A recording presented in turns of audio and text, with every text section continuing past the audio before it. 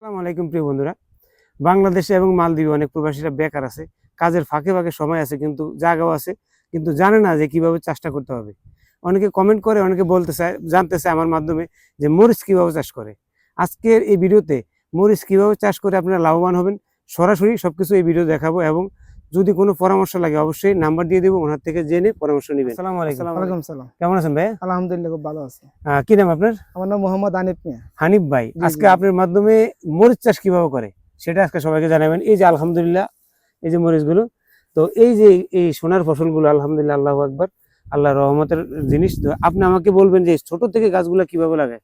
আপনি শুরু থেকে যখন গোবর দিয়া যে গোবর দিয়ে শুরু থেকে বলবেন, একদম শুরু থেকে যে আপনি গোবর দিয়া এবং টিএসপি দিয়ে প্রথমে আমরা গাছ রোপণ করি।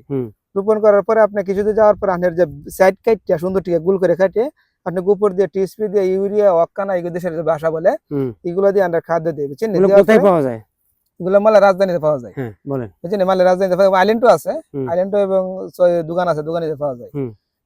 খাওয়ান দেওয়ার পরে ভিটামিন একটা নাম আছে যে সুপার নিস করে নামি দেশে, যে এইগুলা এবং সালফার এগুলা মিক্স করে আপনার গুড়ির দেওয়া হলে গাছের যে কালার এবং গাছের গোড়া দেওয়া হয়। এই গাছে গুড়া দেওয়া হয়। আচ্ছা, দিলে দেওয়ার পরে আপনার গাছের এইভাবে মরিচ আসে আর কি। আচ্ছা ভাই, এই গাছটা কতটুকু ছোট অবস্থা থেকে আপনি দেখি গাছ ছোট গাছ লাগাইছে, আপনি দেখেন এতটুকু থাকতে এতটুকু তাকে লাগাইলে ওকে, এতটুকু থাকতে মেডিসিন গুলো দেওয়া লাগবে, মেডিসিন গুলো দেওয়া লাগানি লাগবে। তারপর আপনার মরিচ যখন আসবে গাছ তখন আপনি সাইড কাটটা সুন্দর টিয়া খাওয়ান দিয়ে বের খাওয়ান গোবর দিয়া এবং সার দিয়া এবং সালফার টিএসপি এগুলো দিয়ে ইউরিয়া দিয়েছি।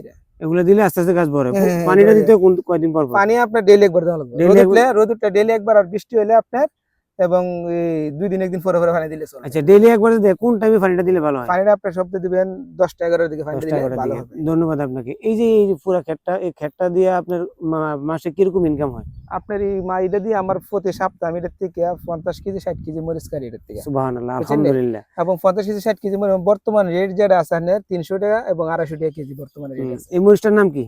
এর নাম হচ্ছে গীতিয়া মরিচ। এটা গীতা মরিচ। এটা গীতিয়া মরিচ। আজকে আপনাদেরকে গীতা মরিচের সাথে পরিচয় করে দেব। অনেক জাল এই মরিচ। বাংলাদেশ টাকা এটা আপনার এটা ফুটকামারি, এটা বাংলাদেশ টাকা। হ্যাঁ, এটা গীতা মরিচ বলে। তো আজকে বাইরে থেকে আমি জানতে পারলাম যে সপ্তাহে প্রায় কয় কেজি? 50 কেজি এবং 40 কেজি মন কাটা হয়। 40-50 কেজি। রোজার আগে লাগছে এটা। 40-50 কেজি মরিচ কিন্তু অনেক। এদেশে 300-250 টাকা কিলো।